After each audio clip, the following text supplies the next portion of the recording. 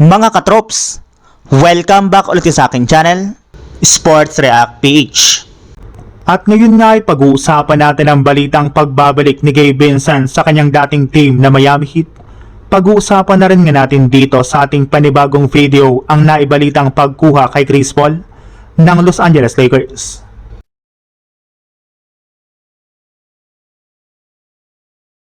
Isang pamilyar na pangalan nga po mga katrops ang muling lumilitaw sa radar ng Miami Heat ngayong araw at ito nga po ay walang iba kundi ang kanilang dating player na si Gabe Vincent. Ayon nga po sa mga ulat, kabilang nga po si Vincent sa mga posibleng veteran players na maring kunin ng Miami sa murang kontrata. Matapos nga pang ilang season mula nang umalis ito sa Miami noong 2023, nagkaroon nga po ng pagkakataon si Vincent na makapaglaro para sa Lakers at Atlanta Hawks. Last season nga po ay nahirapan siyang magkaroon ng malaking role at nagtapos sa season bilang free agent. Kilala na rin naman nga po nito ang sistema ng Miami since malaki rin naman nga po naging papel ni Vincent sa playoff run ng team, lalo na noong 2023 NBA Finals.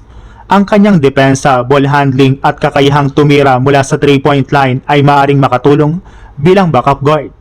At ngayon nga po na mayroon ng Giannis Antetokounmpo at Bam Adebayo ang Miami, kailangan nga po nila ng mga role players na kayang gumawa ng trabaho nang hindi nangangailangan ng malaking usage. Isa pa, limitado ang financial flexibility ng Heat dahil sa kanilang hard cap, kaya mas praktikal ang pagkuha ng mga veteran sa minimum contract. Kaya isa nga po si Vincent sa mga pangalan na nabanggit bilang posibleng minimum contract option, kaya kung sakaling matuloy ang reunion, magiging magandang comeback story ito para kay Gabe Vincent mula sa dating Heat playoff contributor hanggang sa posibleng muling maging mahalagang bahagi ng bagong Miami Heat team na pangungunahan ni Giannis Antetokounmpo at Bam Adebayo. Samantala, pumunta naman tayo sa ating sunod na pag-uusapan sa naibalitang pagkuha kay Chris Paul ng Los Angeles Lakers.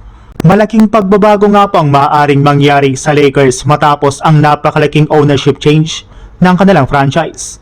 Sina Bob Iger at Joshua Kushner ang nakatakdang bumili ng Lakers sa record na $12.5 billion, bagamat kailangan pa itong aprubahan ng NBA Board of Governors. At kasabay nga po ng bagong ownership, lumalakas din ang usapin tungkol sa posibleng pagpasok ni Chris Paul sa Lakers organization. Ayon nga po sa mga ulat, posible siyang magkaroon ng front office role dahil sa malapit niyang koneksyon kay Bob Iger. Kung sakaling mangyari ito, maaaring magkaroon ng malaking pagbabago sa paraan ng paggawa ng Lakers ng kanilang mga trade. Alam naman nga po ninyo na si Chris Paul ay may napakalawak na karanasan sa NBA at kilala rin sa kanyang basketball IQ at leadership.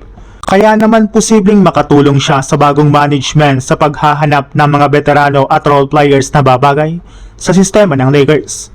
Sa kasalukuyan, nakasentro nga po ang Lakers sa kanilang superstar na si Luka Doncic habang patuloy nilang inaayos ang kanilang roster matapos ang pag-alis ni LeBron.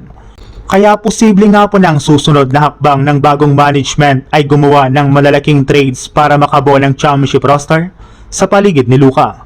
At kung magiging bahagi nga po ng front office si Chris Paul ay maaaring maging isa siya sa mga pangunahing boses sa mga desisyong ito.